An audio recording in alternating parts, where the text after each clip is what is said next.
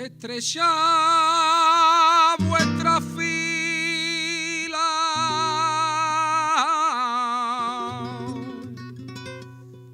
levantaos como uno solo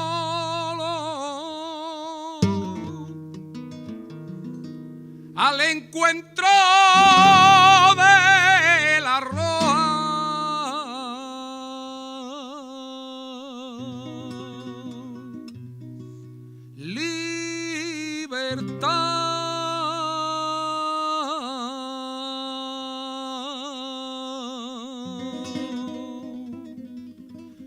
Al encuentro todo,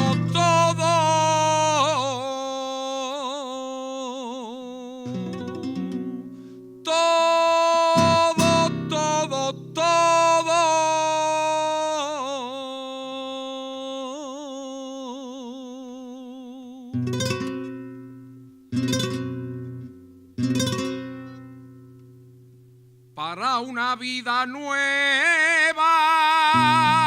iremos a la muerte,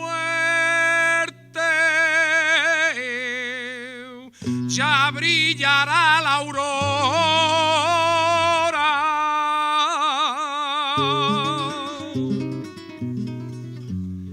de la libertad.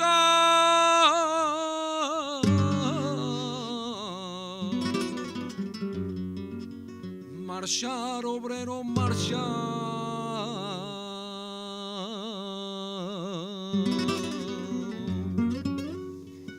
de la libertad.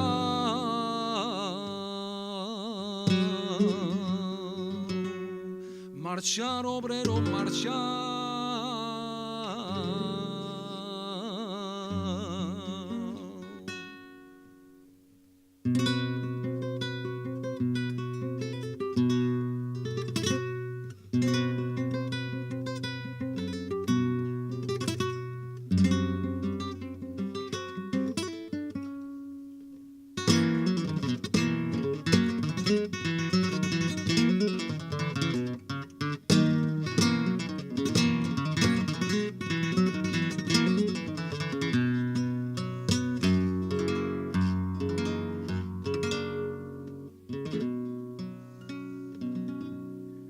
Marchar, marchar hambriento, marchar hambriento, marchar hambriento. Cinta roja envolverán a los caídos,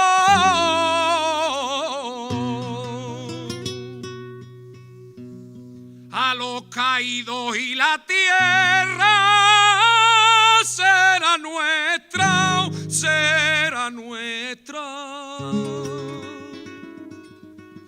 para una vida nueva, nueva será, nueva será.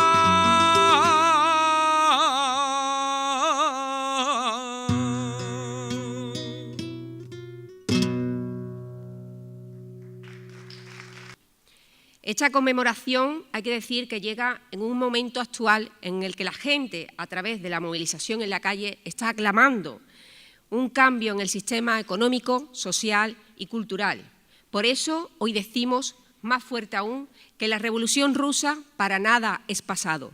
La Revolución Rusa es futuro. El capitalismo es un sistema de producción basado en una paradoja: crecimiento continuo con recursos naturales limitados y, en algunos casos, escasos, el petróleo, el litio, el carbón, entre otros muchos. Este sistema tampoco cubre la expectativa de proporcionar a la humanidad en su integridad el sustento necesario para una vida digna, y en muchos de los casos ni tan siquiera la vida. Está basado en unos principios de redistribución absolutamente injustos de los bienes y las riquezas que produce. Se caracteriza por primar el beneficio por encima de todo y por la explotación del ser humano, que participa en los procesos de producción cada vez más severas en nuestros tiempos. Cada vez concentra más riquezas en menos habitantes del mundo. Las políticas monetaristas y la deuda son los nuevos yugos que alienan a la clase trabajadora o más extensivamente a los no propietarios de los medios de producción. Además, las nuevas tecnologías proporcionan un beneficio máximo, ya que retiran al ser humano del proceso productivo eliminando costos laborales y sociales. Esto hace que se reduzcan los costos de una gran parte de los procesos de producción, ampliando el beneficio de las élites que controlan la economía mundial. Su sistema político, la democracia liberal burguesa, consagra unos principios teóricos de igualdad y solidaridad que nunca son llevados a la práctica. Sus leyes favorecen siempre a las élites y grupos de extorsión económica. Impiden que todos los medios que se puedan cambiar el status quo de las élites. Usan los medios de comunicación de masas y la violencia legal para reprimir cualquier tipo de movimiento que cuestione el sistema. El capitalismo, como modo de producción, deteriora también gravemente al medio ambiente cuando contamina en sus procesos de obtención de materias primas o cuando utiliza combustibles fósiles altamente contaminantes en los procesos productivos o de transportes. Por eso, y mucho más, decimos alto y claro que es un sistema insostenible y no hay, al día de hoy, otra alternativa real y posible que no sea el socialismo. El socialismo nos permite superar todas las circunstancias anteriores. Como sistema económico está diseñado para ofrecer a la gente un estado de bienestar, enfocado a cubrir las necesidades básicas, el transporte, la educación, la sanidad, un trabajo, una vivienda, permitiendo una vida digna y el desarrollo pleno como ser humano. Y la Unión Soviética, bajo el poder obrero, garantizaba todos estos conceptos en una y cada una de sus constituciones. Y fue el primer Estado en el que estos derechos humanos se hicieron realidad. El concepto de asistencia sanitaria universal partió de una iniciativa presentada por los países del bloque del Este en la conferencia de la Organización Mundial de la Salud celebrada en el 78 en Alma-Ata. El sistema de economía de planificación permite la producción controlada y la explotación racional de los recursos de función de las necesidades de la población y supera la economía especulativa y deuda monetaria, injusta en el reparto de los bienes producidos por una economía de gestión de los recursos para una justa distribución entre los ciudadanos y las ciudadanas. Esto se consigue mediante la estatalización de los medios de producción y el control de la sociedad y la gestión de los mismos, superando la fase de la propiedad privada de los medios y de los recursos intelectuales. La Unión Soviética, en solo 20 años, pasó de la edad feudal a convertirse en una potencia económica mundial con una agricultura mecanizada y de alta tecnificación, una industria pesada con avances tecnológicos muy importantes. Durante los años 50, 60 y 70, la URSS tenía un Producto Interior Bruto superior que Estados Unidos y Japón. Hoy en día, en el momento actual, tenemos adelantos tecnológicos que permitirían a la economía de planificación un máximo nivel de eficiencia de la producción controlada, ajustada a las necesidades y una gestión más eficiente de la distribución de la riqueza. Este sistema de producción y distribución de la riqueza es el que viene a cubrir las necesidades básicas para el disfrute de una vida digna y del desarrollo de las personas. El respeto y la adecuada política de conservación del medio ambiente y el paso de unas energías obtenidas a base de combustibles fósiles a energías renovables y limpias que no tengan repercusiones en el medio ambiente. La socialización de la propiedad de la tierra como medio para frenar la especulación y de convertir en una función social la conservación del medio ambiente. Se pasaría de una economía insostenible para los recursos y el medio ambiente a un modelo de respeto al medio ambiente y de conservación de los recursos naturales y de las distintas especies. La tecnología de producción de energías renovables y los conocimientos científicos actuales permitirían a largo plazo invertir el proceso de deterioro de los medios naturales. La URSS, tengo que decir que durante los años 70 reciclaba 2/3 de sus residuos y sus productos industriales y fue pionera en la investigación de energía limpia, por ejemplo, el proyecto de Tokamak.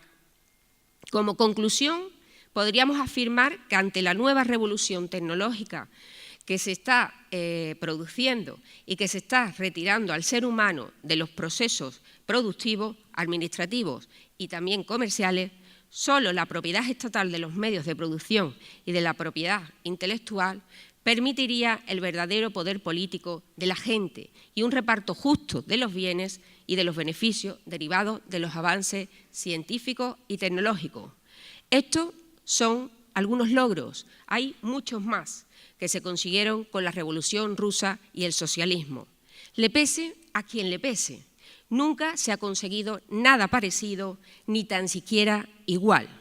Y si me permitís, voy a terminar, como mujer que soy, recordando a Alessandra Kollontai, aunque sé que va a volver a salir en las intervenciones que vienen posterior a mí, pero tengo que decir que fue una mujer que apoyó a Lenin en la visión de los soviets como organismo para el ejercicio del poder y la necesidad de superar la revolución burguesa con la revolución proletaria. A los pocos meses antes de octubre del 17, fue elegida miembro del Comité Central del partido y votó a favor de la insurrección y de la toma del Palacio de Invierno para construir el Estado obrero. Además, fue una de las personas que trabajaron, entre otras muchas, para conseguir los derechos y las libertades de las mujeres, que nos hablarán también en las próximas intervenciones. Por eso termino diciendo, como no puede ser de otra manera, todo el poder para los soviets, viva la Revolución Rusa, salud y república.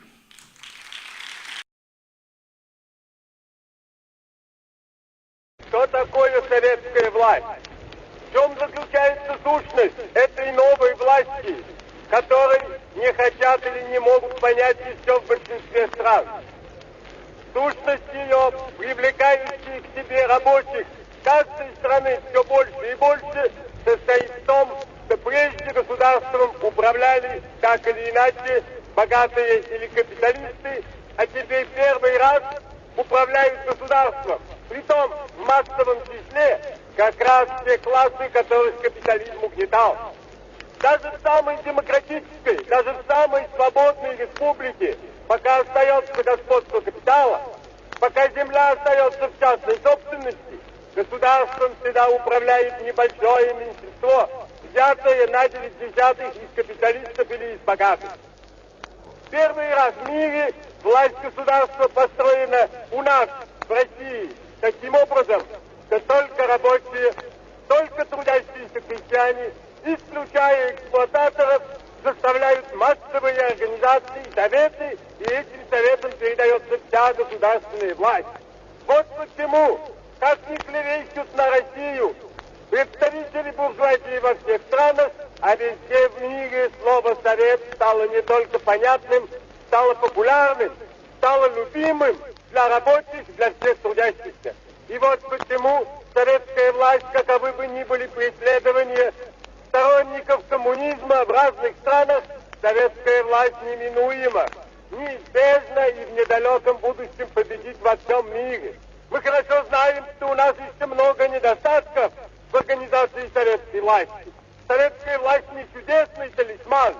Она не излечивает сразу от недостатков прошлого, от безграмотности, от некультурности, от наследия дикой войны, от наследия грабительского капитализма, но зато она дает возможность переходить к социализму, она дает возможность подняться тем, кого угнетали, и самим брать все больше и больше в свои руки все управление государством, все управление хозяйством, все управление производством.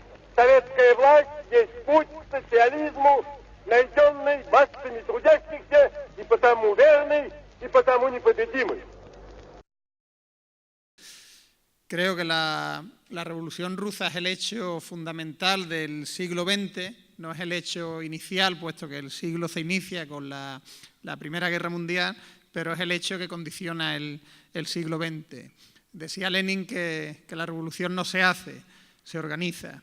Y en los procesos revolucionarios que se dan en Rusia, a partir de febrero se produce una pugna por la dirección del movimiento. Es cierto que un proceso revolucionario no se puede prever, incluso el propio Lenin no pudo prever el inicio del proceso de movilización de las masas, pero cuando estallan se produce una pugna en el seno del movimiento porque son las voluntades organizadas, las voluntades políticas, quienes orientan y quienes dirigen el proceso revolucionario. Y en Rusia se produjo un periodo, en febrero del 17, de dualidad de poderes. Por un lado los soviets y por otro lado el gobierno provisional burgués después de la abdicación del zar, y los bolcheviques lanzan la consigna que decía la camarada Eva de todo el poder para los soviets, todo el poder para los soviets, cuando los bolcheviques en Petrogrado, que era la ciudad donde más influencia tenían 2.000 afiliados, solamente tenían a 3 miembros del comité ejecutivo del soviet de Petrogrado, solamente tenían a 3 miembros de 15 miembros que tenía el soviet. Y se produce un periodo de dualidad donde los soviets se constituyen como contrapoder, donde se toman estaciones de ferrocarriles, donde se toman oficinas de correo, telégrafo, y se constituye como un contrapoder, una orden. Un elemento muy importante fue la orden número 1 del soviet de Petrogrado, elaborado por diputados soldados de orientación bolchevique, que planteaban que las tropas del regimiento de la zona de Petrogrado tenían que someterse al poder del soviet. Y en ese periodo de dualidad de poderes, donde los soviets se constituyen como contrapoder, se produce una división entre los partidos que dirigen los soviets, de mayoría mencheviques y ezeristas, que plantean la colaboración con el gobierno burgués reformista frente al partido bolchevique y a los elementos más revolucionarios. Es cierto que se produce una nueva fase, que los líderes de los soviets prefieren el entendimiento con la burguesía y que en el seno del partido bolchevique incluso se produce un debate interno en el que muchas organizaciones, incluso parte del buró político de los bolcheviques, plantean que reconocen como agente contrarrevolucionario al gobierno burgués, pero plantean que desde los soviets se puede controlar al gobierno y orientar sus políticas. Y es en ese momento cuando Lenin llega a la estación Finlandia, a Petrogrado, y lanza las tesis de abril. Lenin planteaba la organización de las masas, organizar a la clase trabajadora, al proletariado, para la toma del poder político. Es cuando los soviets expanden por toda Rusia el lema paz, pan y tierra. Y en los soviets controlados por los bolcheviques se produce ya un enfrentamiento con el poder burgués local. Creo que es importante reseñar el ejemplo de la zona minera del Donbass por la importancia que tiene en la actualidad, donde los soviets controlan, hegemonizados por los bolcheviques, controlan a las distintas empresas que allí se afincaban, y no podía haber un solo despido sin el consentimiento por parte de los soviets. A partir de ahí, de la orientación que da Lenin al proceso revolucionario, se constituyen los comités fabriles, donde el proceso de bolchevización es mucho más rápido que el que se da en los propios soviets. Se constituyen sindicatos por todo el país y se forman destacamentos armados de obreros, que son además el embrión y el origen de la Guardia Roja. Y os contaba este proceso porque considero que una revolución no es un acto, un hecho concreto como es la toma del Palacio de Invierno, sino que una revolución es un proceso. En octubre los bolcheviques son hegemonía en los soviets y una revolución, como bien decía, no es la toma del Palacio de Invierno, no es Fidel entrando en La Habana o Hugo Chávez ganando elecciones, sino que es todo un proceso y requiere de un desborde democrático, que ahora decimos que es que las grandes capas de población, los sectores populares, las clases trabajadoras, se movilicen, salgan a la calle, se conciencien para intentar cambiar la sociedad, y es necesario también una ruptura con los dispositivos de dominación del sistema.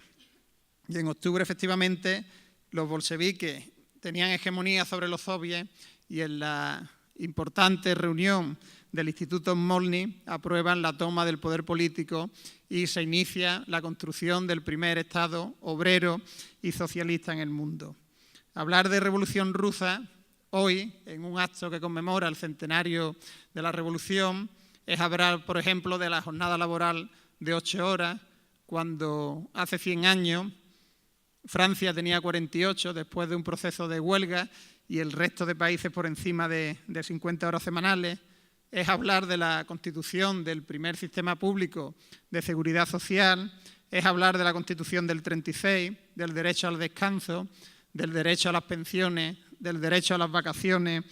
Hablar de la Revolución Rusa, de su centenario, es hablar de sistemas públicos de educación y de sanidad, es hablar de una concepción popular del deporte, recordar que la Unión Soviética tuvo el primer Ministerio del Deporte y que la popularización del deporte hizo que en las primeras Olimpiadas que participaran quedaron segundos en el medallero después de Estados Unidos en Helsinki y en la siguiente en Melbourne fueron capaces de ser la primera potencia mundial en deporte.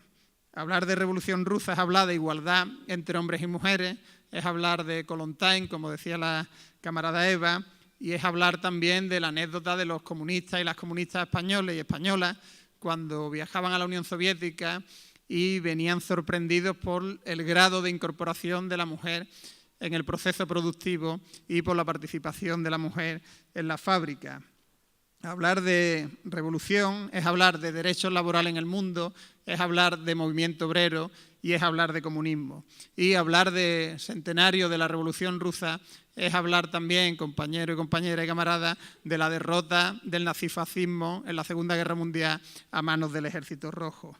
Pero también, además de elementos históricos, creo que hablar hoy de revolución es hablar de tener un proyecto de país, es hablar de empleo garantizado, es hablar de renta mínima para sacar a miles de personas, millones de personas de la pobreza y la exclusión social, es hablar de frenar los altos índices de pobreza, es hablar de cambiar nuestro modelo productivo, de un sistema público de pensiones, de una sanidad y una educación sin recortes, es hablar de derogar las reformas laborales, es hablar de la nacionalización de las eléctricas y de la banca, es hablar de un proceso constituyente en nuestro país, es hablar de soberanía y es hablar de república y de antiimperialismo.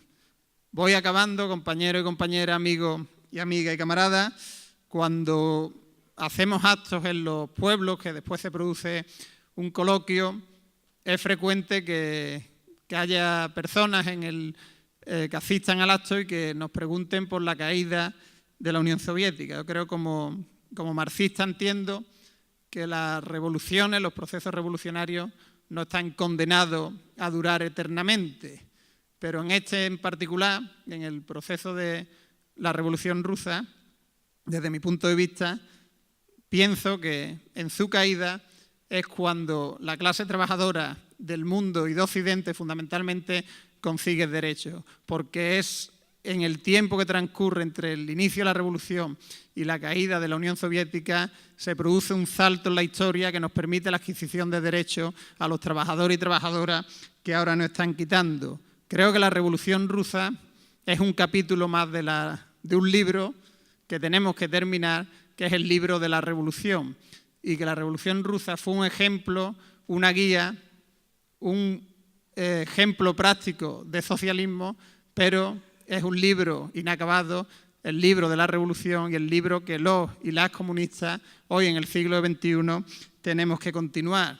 Y voy acabando porque el mayor ejemplo que nos dejan los comunistas rusos, el mayor ejemplo o la mejor enseñanza que creo que nos deja Lenin es que frente al discurso del neoliberalismo de que no es posible el cambio, el discurso de Fukuyama del fin de la historia, Lenin demuestra que organizando a la clase trabajadora, que tomando las decisiones acertadas y que estudiando mucho se puede cambiar el mundo y se puede cambiar la sociedad. Salud y república.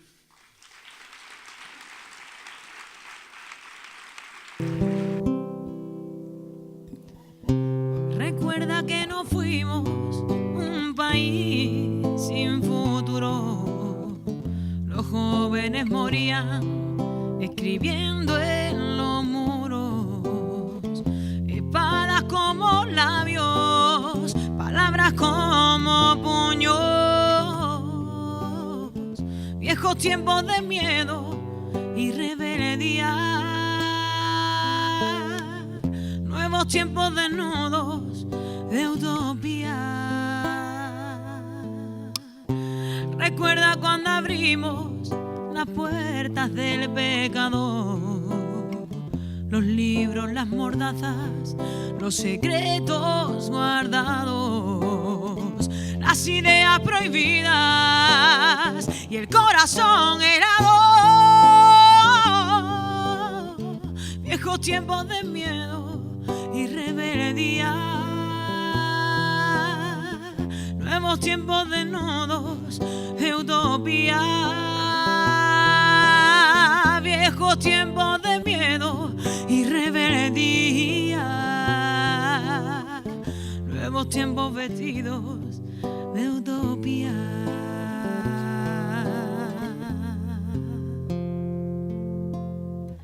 Recuerda los disparos como monedas al aire, el viva en las cadenas, el ruido de sables y esa corona antigua que no quería nadie, viejos tiempos de miedo y rebeldía, nuevos tiempos desnudos de utopía. Recuerda que a su mundo no éramos cobardes, más pobres desde luego, más sabio es probable. Las gotas del mañana llovían cada tarde, viejos tiempos de miedo y rebeldía, nuevos tiempos desnudos de utopía, viejos tiempos de miedo y rebeldía, nuevos tiempos desnudos de utopía, viejos tiempos de miedo y rebeldía, nuevos tiempos desnudos de utopía, nuevos tiempos vestidos de utopía.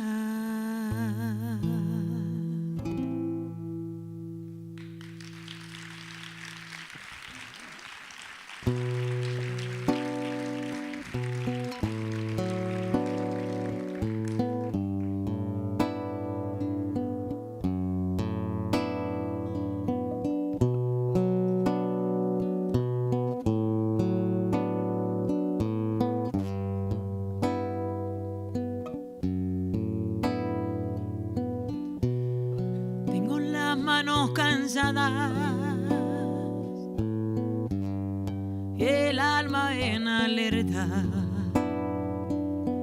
Tengo este terrible silencio, gritando insatisfecho, el miedo va por dentro.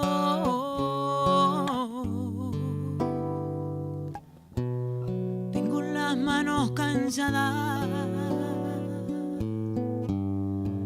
corazón ardiendo. Tengo ganas de que me devore el ruido de tu calle, renaciendo el pueblo. Tengo una extraña sensación, despertando cada páramo de mi sed, empapándome con la misma ganas de revolución que sintieron ayer, quemando risas con pintadas en fachadas en los muros de los mismos que no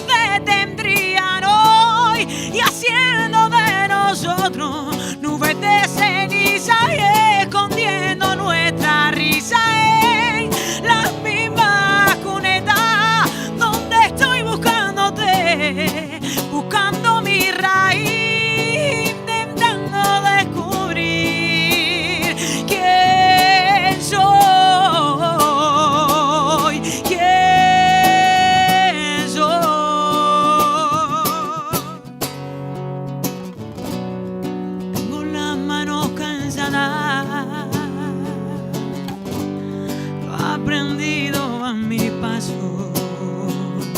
Tengo tanta ansia de saber, la justicia no llegó. Párele a mi voz. Tengo una extraña sensación, despertando cada páramo de mi sed, empapándome con la misma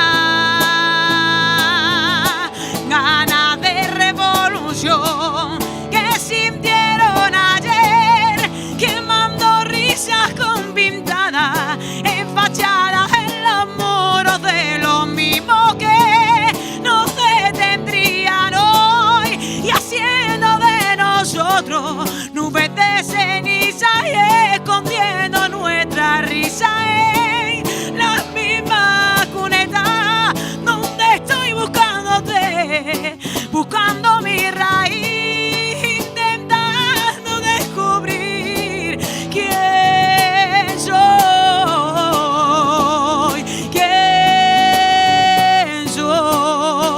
con la misma ganas de revolución.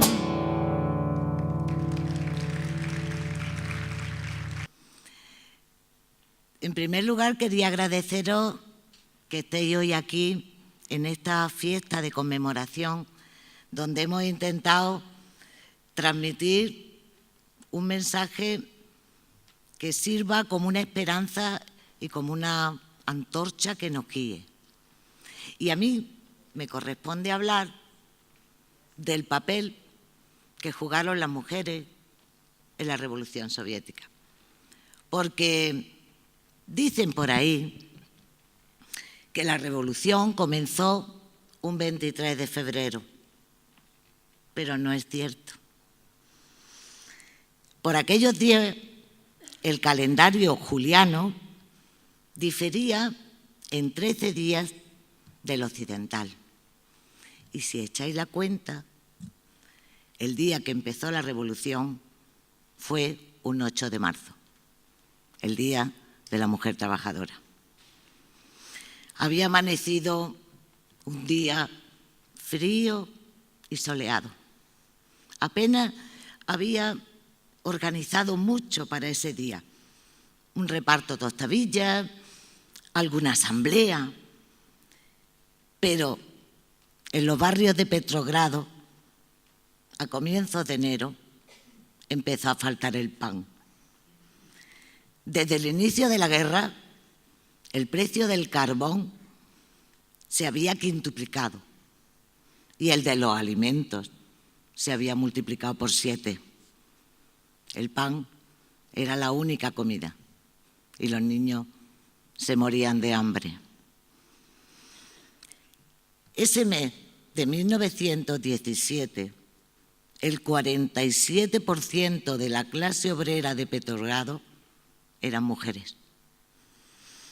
La mayoría en el textil, el cuero y el caucho. Pero la guerra la había incorporado a los tranvías, a la imprenta y a la metalurgia. Cada mañana e incluso cada noche, antes de ir a la fábrica, hacían interminables colas para conseguir algo de comida para su casa. Acampando a veces durante toda la noche en pleno invierno ruso.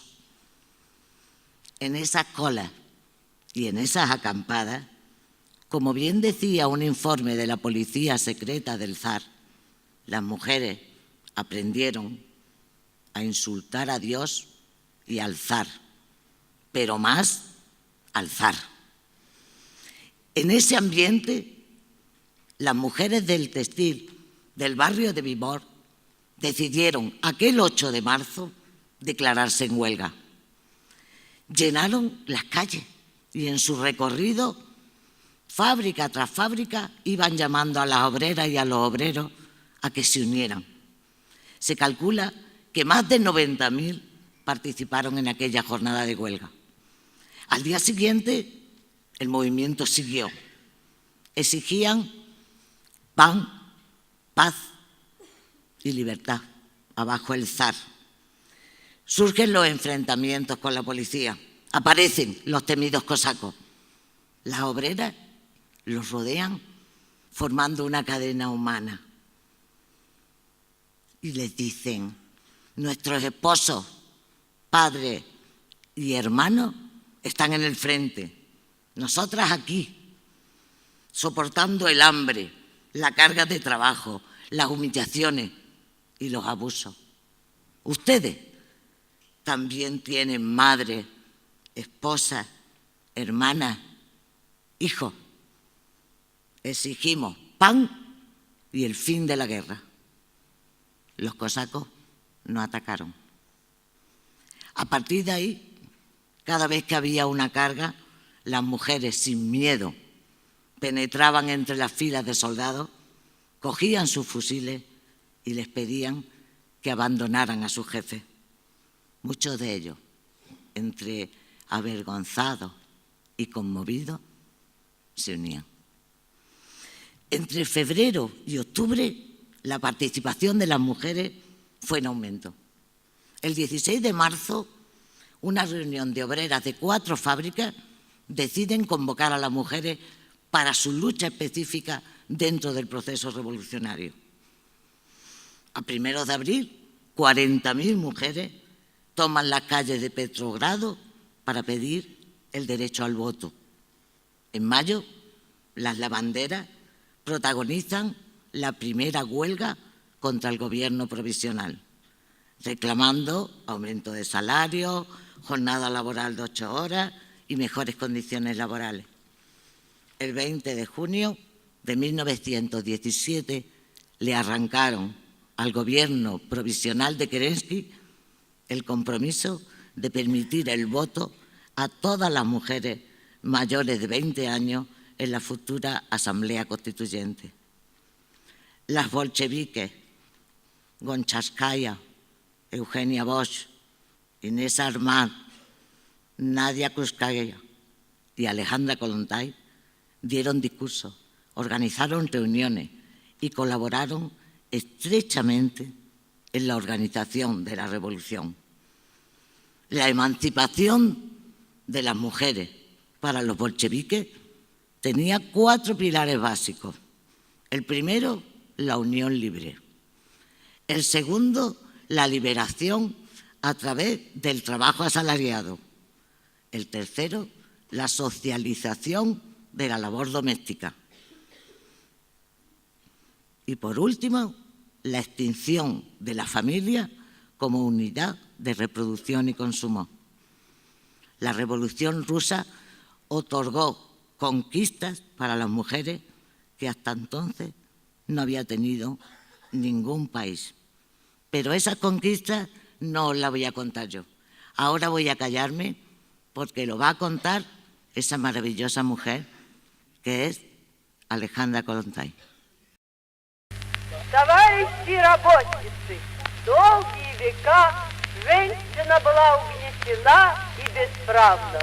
Долгие века она была лишь придатком при мужчине, его тенью. Муж кормил жену, за это жена подчинялась его воле, покорно несла свое бесправие, свое домашнее и семейное рабство. Октябрьская революция раскрепостила женщину. Теперь у крестьянки такие же права, как и у крестьянина, у работницы такие же права, что у рабочего. Женщина всюду может выбирать, может быть членом совета и комиссаром, и даже народным комиссаром.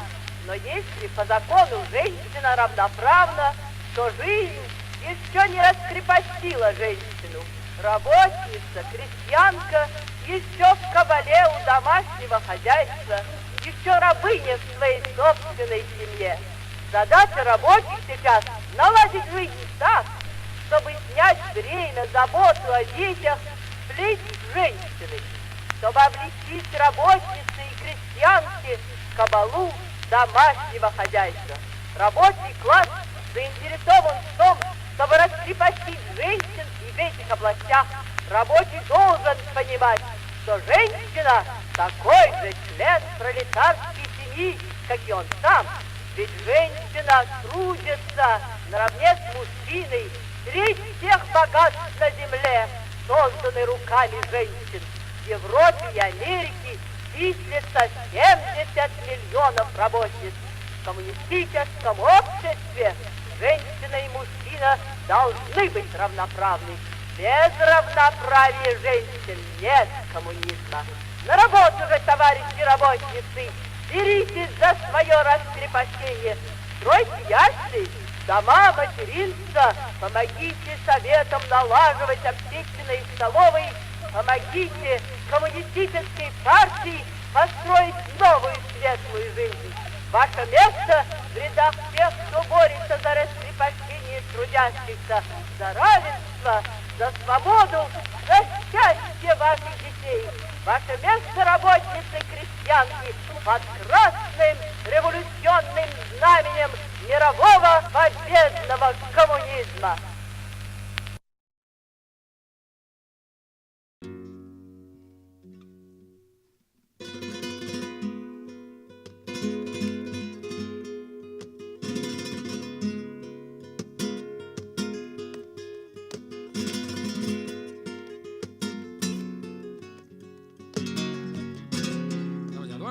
Dale, caramba.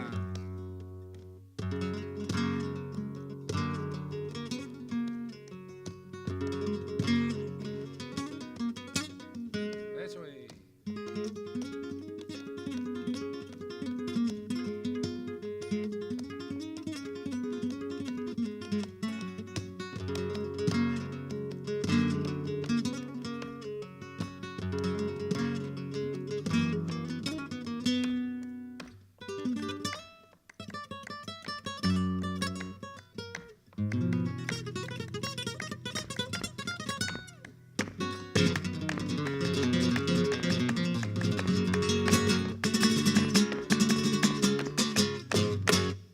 Ya, ya, ya, ya.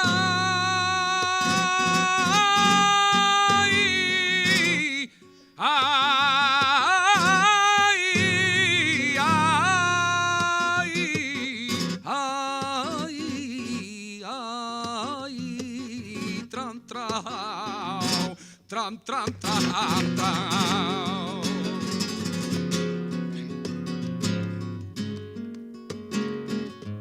Después de tantos años yo te hubiera traído algo que todavía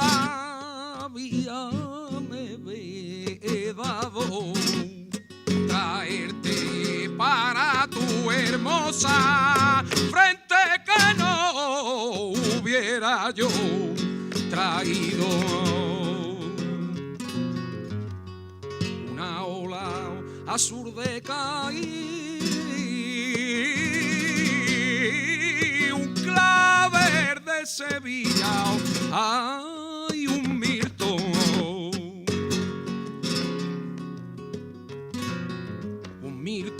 o de Granada,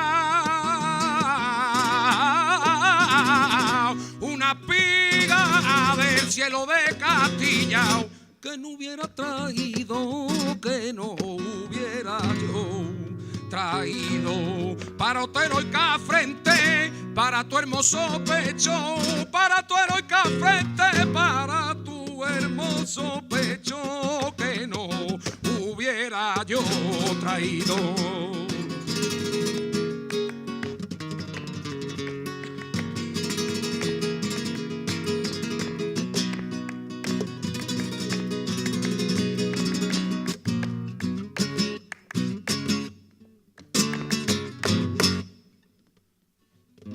Guadalquivir, pálido de limonero, pálido de limonero, el río Guadalquivir, pálido de limonero,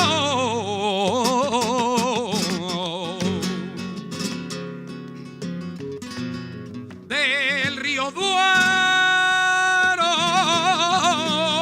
los olivares de Córdoba, los olivares de Córdoba y en temblor de los álamos del río Duero, que no hubiera yo traído para tu hermoso pecho, que no hubiera yo traído para tu hermosa gao, que no hubiera yo traído para tu hermosa garganta.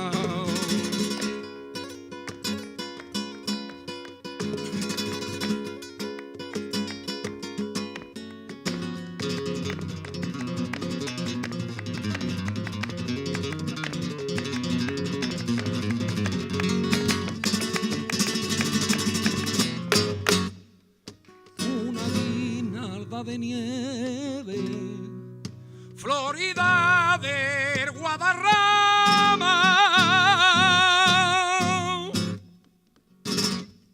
el corazón de Madrid, un pez de la mar Cantábrica, la flor de los Pirineos y la luz mediterránea, que no hubiera yo traído para tu heroica garganta, que no trajera yo para ti, si yo pudiera. Hay toda España, todo el amor de la sangre del pueblo entero de España.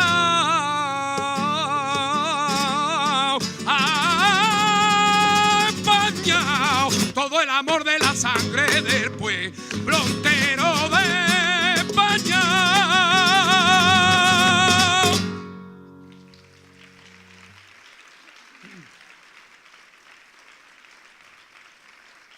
Gracias.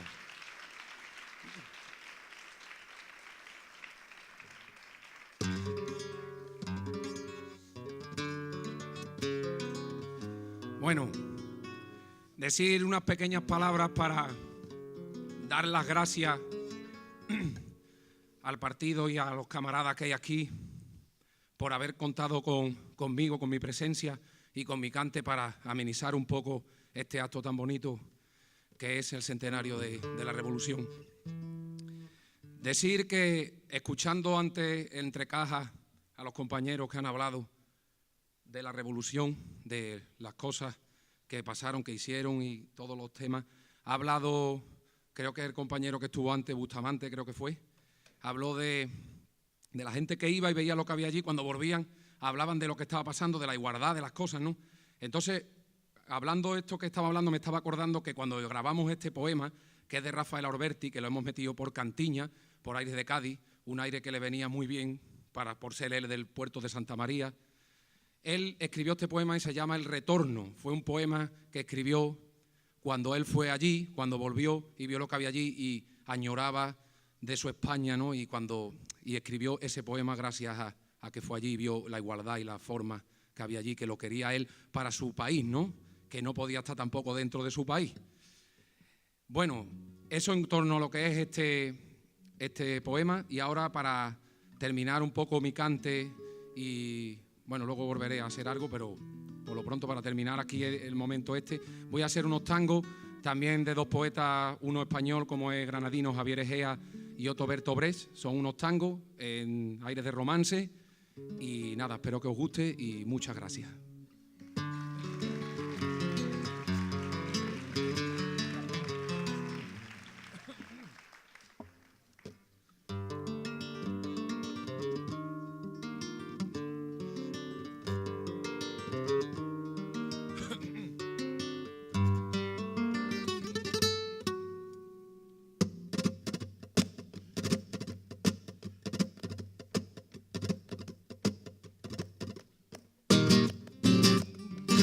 Mientras haya explotación, hay que luchar contra ella. Mientras tú existas, hay que luchar contra ella. Hay que luchar contra ella.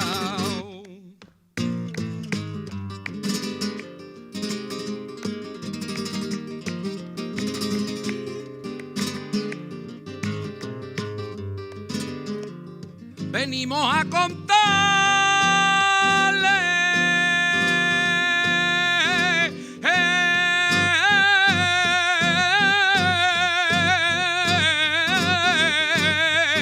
nuestra historia. Somos hombres de paz con una herida de explotación presente en la memoria.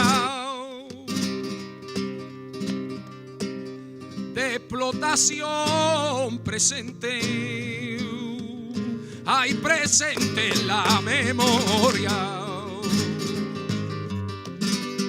Y en medio del dolor capitalista sabremos resistir porque sabemos de la rosa roja y comunista.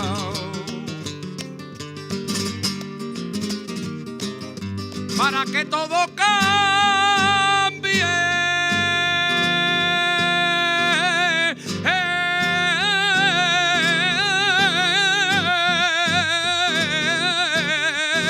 de verdad. Venimos a ofreceros diferente la rosa roja de la libertad. Venimos a ofreceros la rosa roja de la libertad. Mientras haya explotación, hay que luchar contra ella. Mientras tú existas, mientras tú existas, hay que luchar contra ella. Hay que luchar contra ella.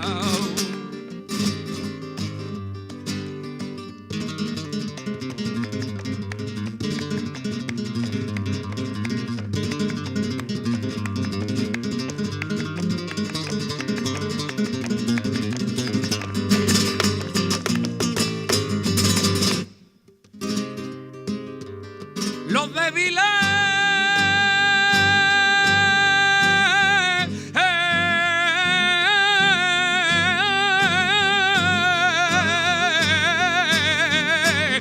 no luchan. Los más fuertes quizá luchen una hora, solo una. Solo los que son más fuertes algunos años y lucha. Y de todos los más fuertes,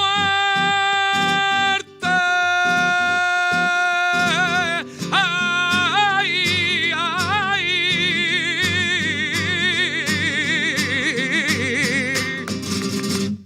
y de todos los más fuertes,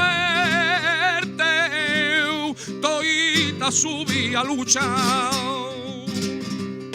que su lucha hasta la muerte,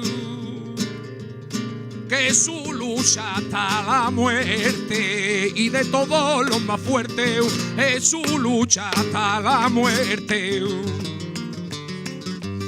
Mientras haya explotación, hay que luchar contra ella. Mientras tú existas, mientras tú existas, hay que luchar contra ella. Hay que luchar contra ella. Mientras haya explotación, hay que luchar contra ella. Mientras tú existas, mientras tú existas, hay que luchar contra ella. Hay que luchar contra ella.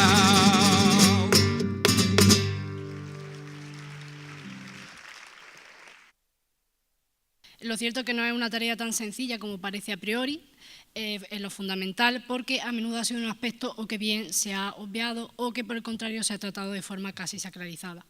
Entonces, por eso me parece conveniente empezar resaltándonos la pertinencia de entender la revolución como un proceso donde se genera y se dinamizan las condiciones y la correlación de fuerzas precisas que permitían el triunfo de la revolución.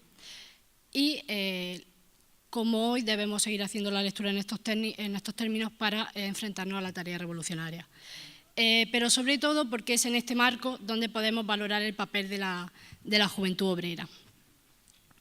Bien,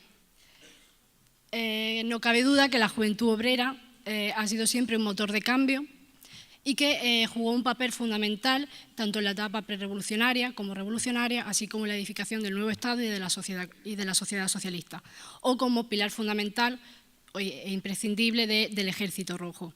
Pero hay que tenerlo en cuenta, como decía, no como un elemento diferencial, sino que, digamos, que suma, que imprime ciertas particularidades. La juventud obrera formó parte indisociable desde un inicio de las masas obreras, confiriéndole o digamos potenciando el carácter radical de las mismas,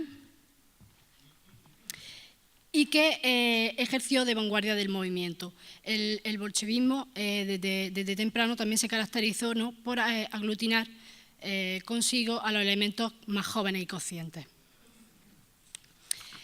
En ese sentido, hay que tener en cuenta, ¿no?, que muchos de estos jóvenes también eran estudiantes que, digamos, de alguna forma relegan el trabajo de organizar revueltas estudiantiles para salir a la calle directamente y organizar núcleos obreros.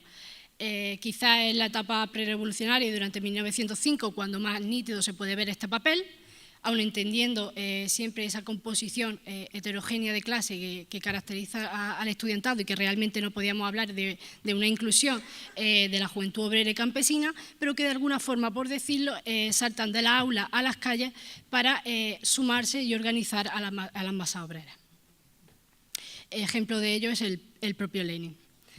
Pero sin duda el papel decisivo fue de toda esa masa juvenil obrera, que no solamente se debatía entre la guerra, digamos, ir al frente a librar las batallas de los imperialistas, o una vida de la más absoluta miseria en la vida industrial, ¿no? Y que por contextualizarlo mejor me voy a remitir directamente a las palabras del historiador Hasegawa, porque lo deja bastante claro y nítido, ¿no? La raíz fundamental de la radicalización de la clase obrera se encuentra en esta juventud nacida en la ciudad, libre de lazos familiares tradicionales, iniciada en la vida adulta mucho antes que sus camaradas campesinos y ligada por un mismo fondo de educación y una misma sed de conocimiento. La juventud obrera creaba su propia cultura de la juventud. Y, posteriormente continúa, para algunos los cursos de tarde y los clubes culturales satisfacían su necesidad de pertenencia a un grupo más amplio. Para otros existía la posibilidad de participar en grupos revolucionarios clandestinos. Haciendo un ejercicio dialéctico podemos decir que si al igual la revolución encuentra una serie de condicionantes y dinamizadores, el movimiento juvenil obrero nace de estas y del propio proceso revolucionario, pero que a su vez lo condiciona la dirección, le da una orientación, ¿no? Pero siempre desde el intercambio y el vínculo con el resto de sectores obreros. De ahí ese elemento de no verlo como diferencial, pero que sí aporta particularidades. Digamos que este sería el primer y principal papel que juega la juventud obrera en el proceso de la Revolución Rusa y que así habría que reconocerlo. Y a partir de aquí, pues quizás podríamos referirnos a una segunda tarea, o mejor dicho, una segunda etapa más orientada a la edificación de esa nueva sociedad y que queda bien expresada en las palabras de Lenin, ¿no?, en el tercer Congreso de la Unión de Juventudes Comunistas de Rusia, bajo el nombre de las tareas de la juventud comunista. Y que, resumiendo mucho, viene a decirnos que la tarea de la juventud comunista y de la juventud obrera en sí, para la edificación de esa nueva sociedad, sería básicamente la tarea de aprender sobre la base de la teoría y la práctica, nunca desligándolas, desde la lucha constante e incansable en todo momento, bajo la moral y la ética del comunismo, es decir, de los intereses de la clase obrera en la lucha de clases. La Unión de Juventudes Comunistas, dice Lenin, debe ser un grupo de choque que en todo trabajo preste ayuda, manifieste su iniciativa. Es decir, la tarea de la juventud comunista pasa a ser aquella que precise la nueva sociedad comunista, bien en el frente de batalla, bien en la construcción, bien en el desarrollo de las artes, de las ciencias, etcétera, etcétera. Y en estos términos se articula también la tarea posteriormente de la Komsomol desde 1918 o de la Organización de Pioneros desde 1920, ¿no?, atendiendo a todos los aspectos y los ámbitos de la juventud obrera, desde la cultura y el ocio, la inclusión en la política, educativo, etcétera. Vale, entonces, hecho este repaso, ¿Qué enseñanzas y convicciones podemos extraer hoy, ¿no?, a 100 años de la Revolución Rusa?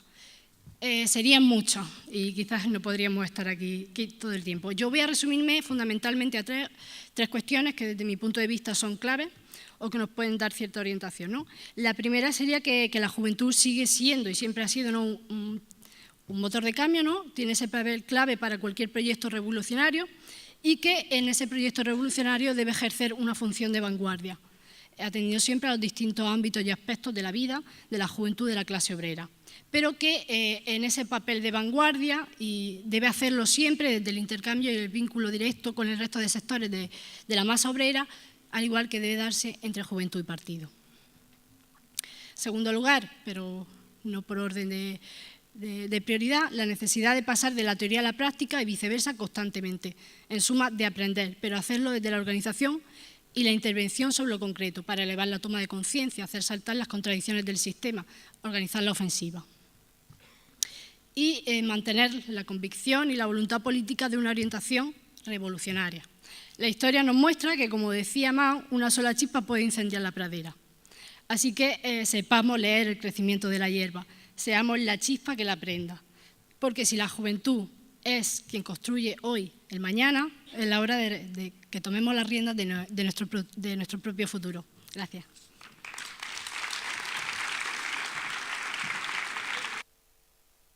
Si cada hora viene con su muerte, si el tiempo es una cueva de ladrones, los aires ya no son Buenos Aires, la vida es nada más que un blanco móvil.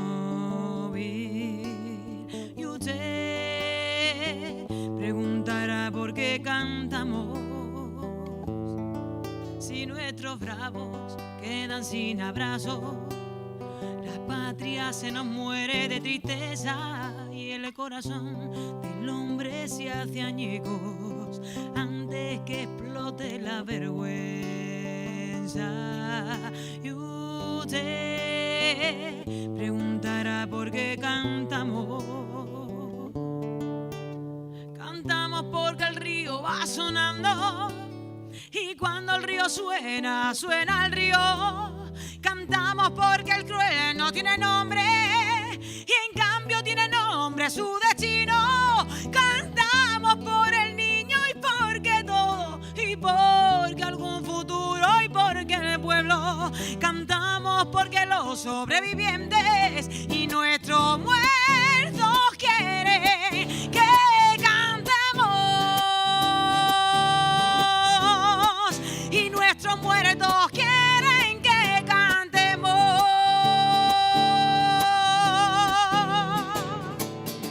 Estamos lejos como un horizonte, si allá quedaron árboles y cielos, y cada noche es siempre alguna ausencia y cada despertar un desencuentro. Usted preguntará por qué cantamos. Cantamos porque llueve sobre el surco y somos militantes de la vida y porque no podemos ni queremos dejar que la canción se haga ceniza. Cantamos porque el grito no es bastante y no es bastante el llanto ni la bronca. Cantamos porque creemos en la gente y porque venceremos la derrota. Cantamos porque el sol nos reconoce y porque el campo huele a primavera y porque en aquel tallo está aquel fruto. Cada pregunta tiene su respuesta. Cantamos por el niño y porque todo y porque algún futuro y porque el pueblo. Cantamos porque los sobrevivientes y nuestros muertos quieren que cantemos y nuestros muertos quieren que cantemos y nuestros muertos quieren que cantemos y nuestros muertos quieren que cantemos.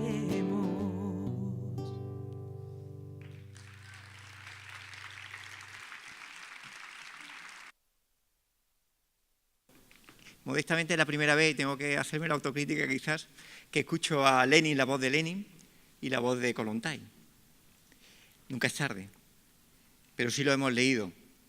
Mirad, 1917 fue un año que marcó el inicio del siglo XX. Una revolución que ha recorrido el siglo XX y que ha tenido una afectación directa en la propia revolución rusa y la construcción de la Unión Soviética, pero también indirecta. El mundo no habría sido igual sin la revolución rusa. De hecho, las condiciones materiales que ahora se están deteriorando a pasos agigantados de una revolución conservadora y una aceleración del capitalismo son destrucción de derechos que se adquirieron gracias a la revolución rusa, el primer sistema que aborda el sistema sanitario gratuito, el sistema educativo universal, la seguridad social, una conquista de los trabajadores. 1917, una revolución que tuvo una batalla cultural importantísima. No ha habido posiblemente persona más alabada en el movimiento comunista, por supuesto, que Lenin, pero también más vituperada por el capitalismo, que sabía detectar perfectamente quiénes eran sus enemigos. 400 años antes, ahora se celebra la publicación de las 95 tesis de Lutero, que supusieron un cambio y una revolución en el cristianismo y una escisión. Fue una nueva era. Posiblemente una era que alumbró, por un lado, la Ilustración y, por otro lado, alumbró la Contrarreforma. A veces sentimos que en España esa fue la segunda contrarrevolución, la Contrarreforma. No todas las revoluciones tienen su anverso, a veces tienen su reverso en forma de regresión. No debemos olvidarlo como lección dialéctica. Pero tampoco debemos olvidar que, independientemente de la escala o de los hitos, hay una coincidencia entre 1517 y 1917, o posiblemente en menos escala también en estos momentos, que es que estamos viviendo un momento de aceleración histórica. Una aceleración histórica que nos dio una lección hace 100 años. Un Lenin que en enero en Suiza, en una conferencia, advierte a sus espectadores que él no va a vivir la revolución. Observa cómo en febrero, desde la misma Suiza, se produce la primera fase de la revolución, que después él lidera y asiste en octubre. Son momentos de aceleración histórica y con una lección. Lenin supo leer el momento histórico, en una actitud de audacia necesaria, de vinculación, de unidad, que en muchas manifestaciones, como en el caso de España, siempre hemos leído. La unidad no solo como pasión, que dijo Pepe Díaz, sino la unidad como estrategia política necesaria para construir una alternativa. Lenin hace una lectura adecuada y posiblemente esa sea una de las lecciones que tenemos que aprender en estos momentos. En una Andalucía en la que las fuerzas de restauración intentan recomponer de nuevo una hegemonía que se le ha hecho costura en estos años de crisis, tenemos que hacer una lectura de unidad y una lectura antilitúrgica, si me permitís la expresión, una lectura profundamente dialéctica de las lecciones que nos da la Revolución Rusa, de la experiencia de la Unión Soviética y del episodio, uno importantísimo, fundamental, pero no único, de emancipación. Un Lenin que es más estudiado en las universidades norteamericanas, porque saben detectar quién es el enemigo y el pensamiento, que a lo mejor en las propias agrupaciones de nuestro partido, pero que cada vez se acrecienta su altura intelectual y su capacidad de diagnóstico de una realidad compleja como era la Rusia del 17, una realidad que no estaba llamada a ejercer el papel revolucionario de vanguardia, que sin embargo la genialidad de Lenin y la genialidad también de un intelectual colectivo produjeron. El capitalismo mata, destruye, va en contra de la condición humana, es incompatible con la evolución del ser humano y, por tanto, ser comunista tiene una vinculación eminentemente anticapitalista y también una profunda convicción y adhesión humanista. En esta crisis, como decíamos, en el que se han roto las costuras, también tenemos nosotros que romper las costuras de construcción de esa alternativa. Y posiblemente, igual que se han roto muchas certezas, también tenemos nosotros que romper muchos mecanismos de alianzas y de luchas. No hay mayor aliado que aquel que aspira a construir con nosotros un hálito de alternativa desde una aspiración a un cambio radical de raíz del modelo económico y social, sin el cual no hay verdadera construcción de algo que se parezca al socialismo. Hace 100 años aspiraban a pan, tierra y paz. Hoy tenemos que recurrir a este lema. Tenemos que recurrir a este lema en una Andalucía que se desarticula socialmente, que se hegemoniza o se intenta patrimonializar precisamente en unos aires profundamente de contrarreforma, y en la que nosotros tenemos que articular, tenemos que contribuir a articular un movimiento que sea realmente una alternativa que le dé ilusión, pasión a la mayoría social, a las víctimas de la crisis, de que se puede construir otro modelo. Por eso decimos desde Andalucía que a los 60 años de la Revolución Rusa tuvo las mejores y mayores movilizaciones populares en el 4 de diciembre del 77, que después se despatrimonializaron, que nos enseñan que los movimientos no son irreversibles, pero que sí se pueden extraer de ellas lecciones para construir mejores momentos históricos. Estamos en uno de ellos.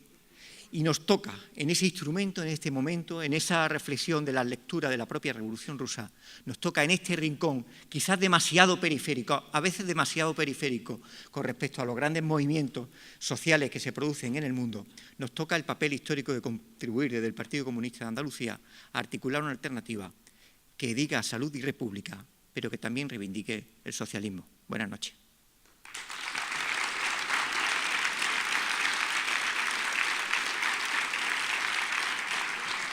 Vamos a la calle y grita, levanta el puño, vamos, que esto es por ti, por mí, por el futuro.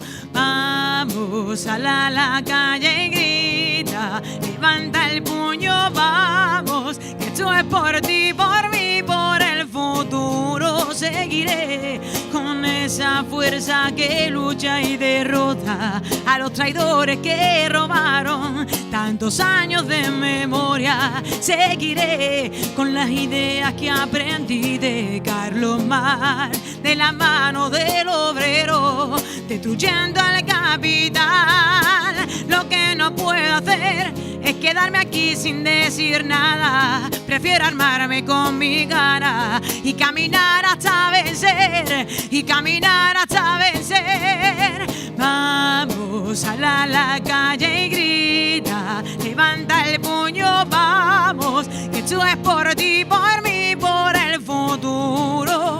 Vamos a la calle y grita, levanta el puño, vamos, que esto es por ti, por mí, por el futuro. Seguiré creciendo en versos de Miguel y Rafael, cargando rimas con Gabriel y Mayra Teresa en el recuerdo. Seguiré cual paria en la primera línea de frente, hasta la victoria siempre, como dijo el comandante. Lo que no puedo hacer es quedarme aquí sin decir nada. Prefiero armarme con mi cara y caminar hasta vencer, y caminar hasta vencer. Vamos a la calle y grita, levanta el puño, vamos, que esto es por ti, por mí, por el futuro. Vamos a la calle y grita, levanta el puño, vamos, que esto es por ti, por mí, por el futuro. Vamos a la calle y grita, levanta el puño, vamos, que esto es por ti, por mí, por el futuro. Muchísimas gracias, camaradas. Salud.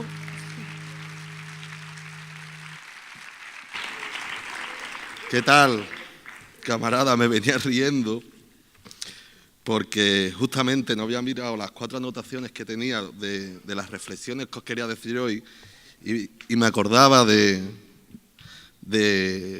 con Miguel Bustamante unas conversaciones. Esta tarde nos fuimos a la casa de un camarada a hacer tiempo para prepararnos un poco y yo le decía, pero bueno, ¿tú qué vas a contar? Me decía un poco las fases, la historia, y cuando llegue yo, ¿qué digo? Y me dice al Miguel, tú una síntesis de todo, tú una síntesis de todo.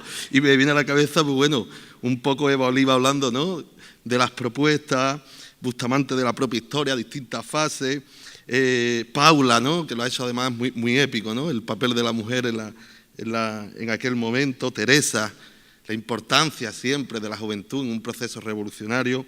Antonio, de la actualidad, que es algo que yo quería hablar, ¿no? Y la Andalucía y el momento actual.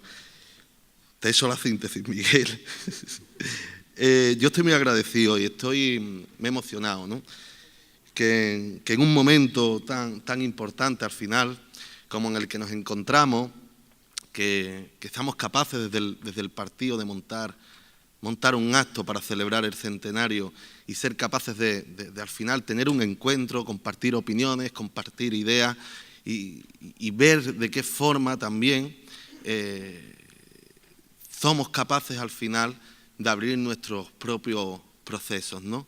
Que es para al final lo que los comunistas adquirimos ciertos compromisos y estudiamos el pasado para afrontar el presente. Yo, como secretario general, en primer lugar, quiero dar mi felicitación y un agradecimiento a la dirección propia, a todo el secretariado del Partido Comunista de Andalucía y en especial al área ideológica, a Paula Garbín, que lleva tiempo poniéndole mucho amor, porque a las cosas hay que ponerle amor para que este acto saliera bien, y a todo su equipo. Quiero agradecer también, cómo no, al Comité Provincial de Sevilla, que desde el primer momento ha estado dispuesto a que todo este acto saliera bien, y digo el Comité Provincial de Sevilla desde toda la dirección, pero como fue en su principio cuando se propuso al camarada Carlos Vázquez, que en todo momento estuvo a disposición, y ahora, en este momento, Miguel Ángel Bustamante. Y, cómo no, a todas y a todos los presentes, porque es importante, como he dicho, encontrarnos para reflexionar y poner todo esto en valor. Muchas gracias, de verdad, a todas y a todos. Al final, cuando hablamos de la revolución, lo que significó el 17, lo que significó aquello, hablamos de muchas cosas, ¿no? Y más en estos momentos. Podemos hablar de esperanza, podemos hablar de experiencia, de cómo desde lo concreto se fue capaz de utilizar política, método, para al final superar algo que en aquel momento se veía, incluso en otros países, sobre todo los industrializados, como algo insuperable o que podía costar ciertos caminos. Allí pues se dieron unas condiciones en las que de alguna forma se aprovecharon y bueno, y se triunfó. Creo que cuando hablamos de revolución rusa, de revolución soviética, decía Teresa, la secretaria general de la OJC, me gusta más. Cuando hablamos de revolución soviética es hablar de actualidad y es algo que tenemos que tener presente. Hablar de revolución soviética es hablar de actualidad en el sentido de que la tenemos que ver desde el punto de vista de las distintas posibilidades que se nos abren a los revolucionarios, a las revolucionarias, y cómo entendemos, cómo llenamos de contenido a la palabra propia revolución en la propia acción política, siempre viendo el futuro para una mejora al final de nuestra clase. Hablar de revolución, como he dicho, hablar de actualidad, de nuestras posibilidades y sobre todo a partir de lo que sucedió hace 100 años. Pero cuando recordemos qué ocurrió hace 100 años es importante no hacerlo y es donde donde no nos podemos quedar porque si no nos ganarían la batalla, no mirándolo desde la nostalgia, sino desde eso mismo, desde las propias posibilidades que en la actualidad tenemos para poder afrontar el futuro. Yo creo que hablar de revolución soviética hay que hacerlo también, sobre todo por los ataques que hemos recibido siempre los revolucionarios, las revolucionarias, las comunistas en el mundo, sobre todo después de la caída del muro. Creo que lo tenemos que hacer de forma desenfadada. No tenemos la responsabilidad de cargar con ningún muerto ni con ningún vivo. Nosotros no tenemos esa responsabilidad, tenemos la capacidad de ver esa historia y aquellos momentos desde un punto de vista o otra mirada completamente distinta, más directa, más objetiva, analizando lo que significa un cambio revolucionario desde la objetividad, desde un proceso revolucionario. Y es importante que lo hagamos desde ahí. Creo que toda revolución, al final, es un hecho extraordinario, ¿no? imprevisible. No hay ningún proceso revolucionario que se haya calculado, o que hubiera una hoja de ruta y en un momento clave se enmarca y nace un proceso, un evento.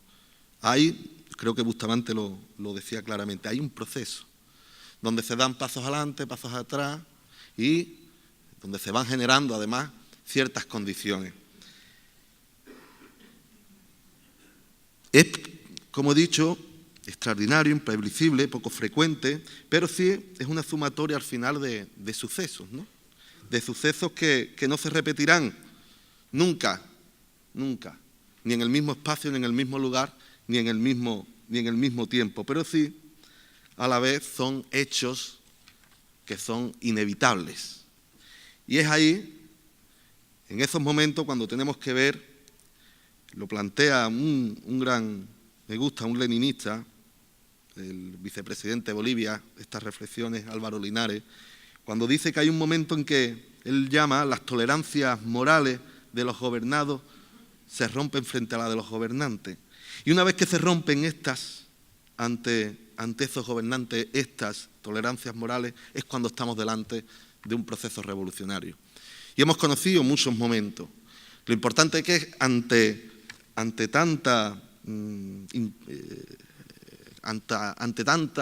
tanto hecho extraordinario, imprevisible, ser capaces de estar preparados para ese momento. Y yo creo que es la responsabilidad que tenemos todas y todos que jugar. Ya lo han mencionado otros camaradas y otros compañeros anteriormente aquí. Lenin, un mes antes, pues plantea que en la vida iba a haber el propio proceso revolucionario y no se dio cuenta al final, ¿no?, que estaba en la antesala de aquello, ¿no?, de aquello que al final pues iba a ser uno de los acontecimientos más importantes de la historia contemporánea, del mundo, de los trabajadores, de las trabajadoras, y de entender al final que otro mundo podía ser posible. No existe nada firmado ni que permita predecir los procesos revolucionarios, pero como he dicho antes, tenemos la responsabilidad de al menos organizarnos y crear las condiciones para ello. Los comunistas ni nadie podemos decir que el proceso revolucionario vaya a llegar mañana, miércoles, jueves, tengo un poco hasta perdida la cabeza. Pero sí podemos crear las condiciones para cuando llegue. Y tenemos una responsabilidad desde este partido. La celebración de este centenario, y aquí no es una cuestión aislada del contexto. Este acto viene encaminado también en un proyecto político. Un proyecto político que hemos determinado en el último congreso del Partido Comunista de Andalucía.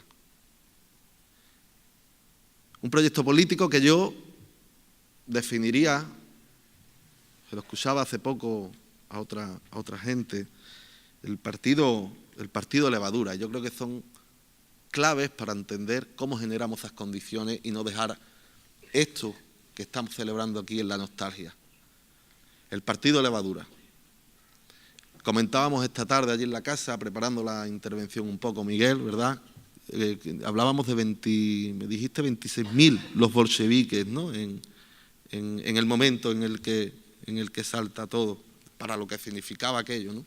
Y cómo fueron capaces de esa minoría, ¿no?, 26.000 para lo que significaba aquel territorio Rusia, ser capaces de hegemonizar y ganar, ¿no?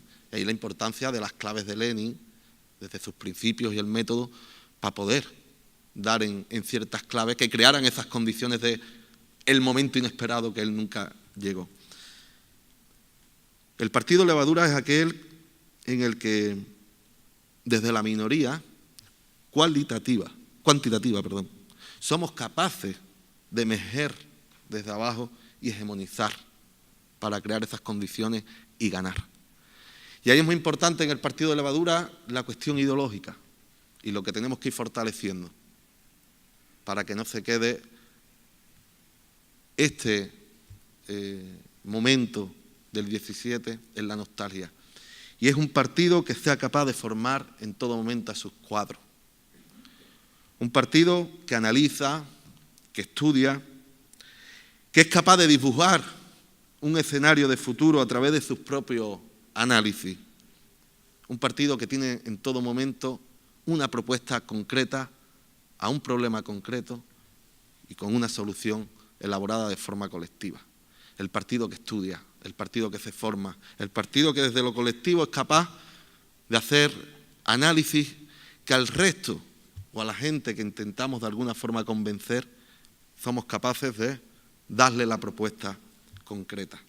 Y a la vez el militante que tiene la responsabilidad de formarse, la dirección que tiene la responsabilidad de formar y que nadie no se quede en esta batalla que tenemos día a día sin ningún argumento contra el capitalismo. El partido Levadura es el estudio, pero también debe de ser, y esto Lenin tiene nos podía enseñar mucho, que es el partido que interviene. Un partido que interviene, un partido que le dice a los bolcheviques todo el poder a los soviets y desde ahí es capaz de intervenir en una realidad y transformarla. El partido Levadura, el partido que interviene en una realidad concreta frente al partido de la liturgia. Tenemos que ir definiendo ese partido. El partido que se crece ante la adversidad en todo momento, como lo hicieron en el 17. No desde el fetichismo ni la bandera, sino desde la capacidad que tenemos que tener como revolucionarios y revolucionarias de influir y hegemonizar para hacer nuestra propia revolución. Un partido, y aquí ha salido antes por nuestra secretaria general de las Juventudes, que tenga como bandera y como elemento clave su juventud.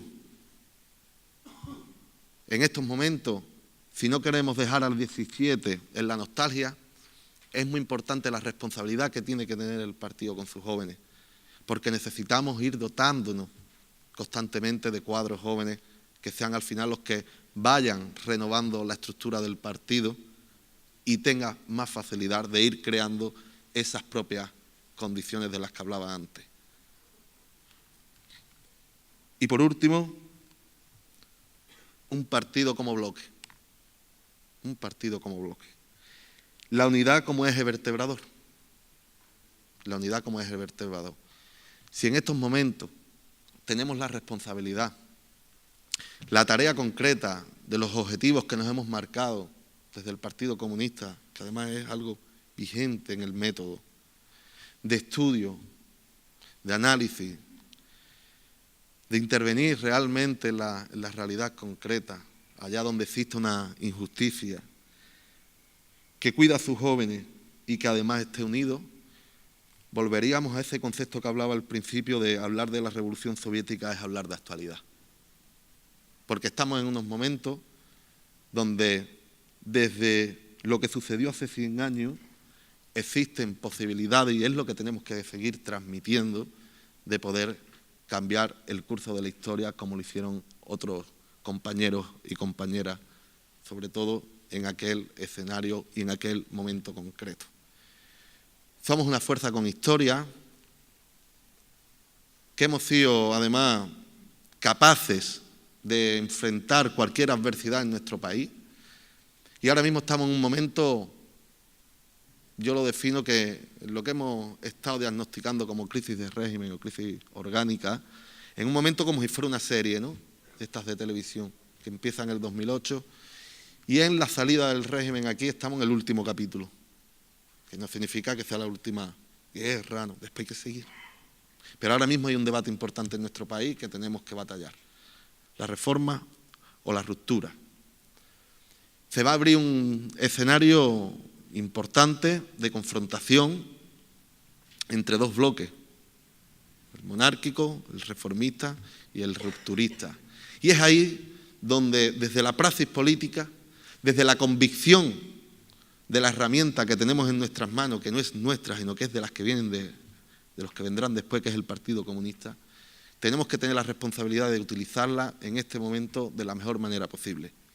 Por eso estos actos, no desde la nostalgia, sino desde la capacidad y la síntesis que le decía Miguel Ángel de Eva Oliva, desarrollar la propuesta concreta de los avances que dio en aquel momento la revolución en la Unión Soviética, Miguel enseñándonos las distintas fases periódicas para dar el proceso revolucionario y aquel golpe, y que no era el proceso revolucionario la toma del poder en el Palacio de Invierno, sino que se trataba de un proceso. Paula, desde la épica, a contarnos el papel de las mujeres y la voz de Kollontai, que yo tampoco la había escuchado nunca. Teresa desde la juventud y, como no, Antonio Maillo, desde el poder andaluz y desde la idea clara del papel que tenemos que jugar los comunistas y los comunistas en este momento en Andalucía, donde tenemos claro que tiene que ser uno de los espacios en este país donde tenemos una oportunidad y tenemos que ser la referencia en el resto del Estado para dotarnos de una herramienta potente que sea capaz de dar la batalla de este último capítulo. Yo os hago una pregunta para que os acostéis con una reflexión, o dos. La primera, por la cuestión de lo que simbolizó el 17, ¿os habéis preguntado aquello de qué pasaría si nunca pasara nada? Allí pasó y cambió el ciclo de la historia. Y por último, recordando aquella clásica película que todas y todos hemos visto, Novecento, que le preguntaban al comunista, ¿dónde está el partido? Decía, ¿dónde no está? ¿No? Esa es la función que tenemos para hacer el mejor homenaje al gran Lenin y a todas las personas que dieron la vida porque tuviéramos hoy un mundo mejor. Ser capaces de construir una verdadera herramienta útil a los trabajadores, a las trabajadoras, a las personas que queremos representar para dar esta batalla que tenemos en nuestras manos, en nuestra realidad concreta que es aquí, y ganar. Muchas gracias. La bandera blanca y verde vuelve tras siglos de guerra a pedir paz y esperanza bajo el sol de nuestra tierra.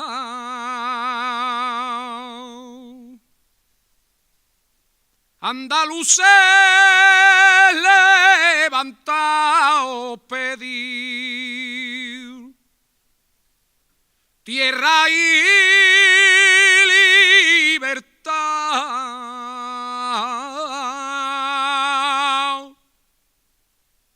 sea por Andalucía libre,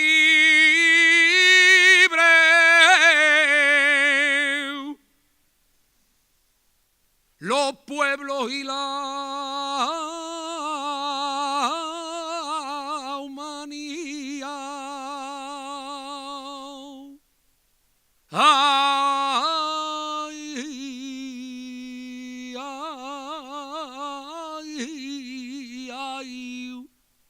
Y ya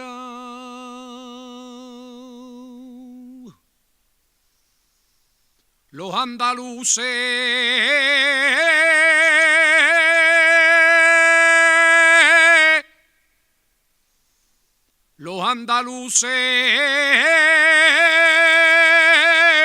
queremos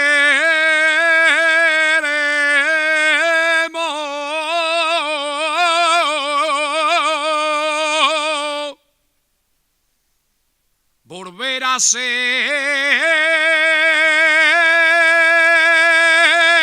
lo que fuimos,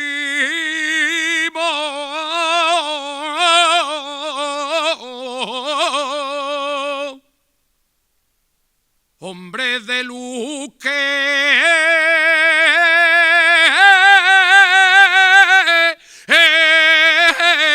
a los hombres armas de hombres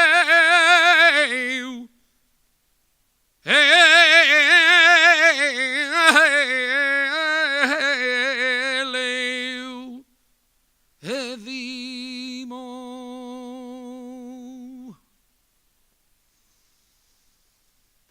¡Ay, andaluces levantaos!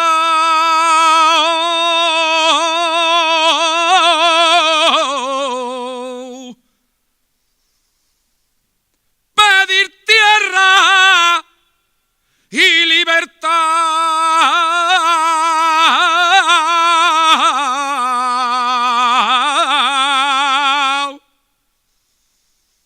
Andaluces, levantaos,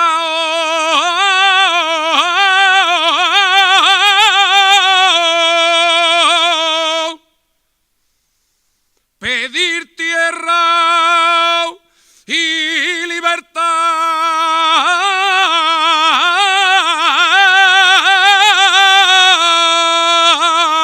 sea por Andalucía libre, los pueblos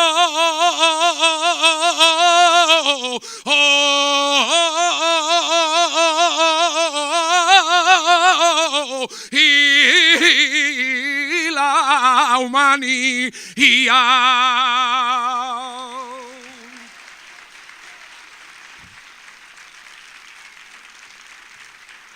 Allahu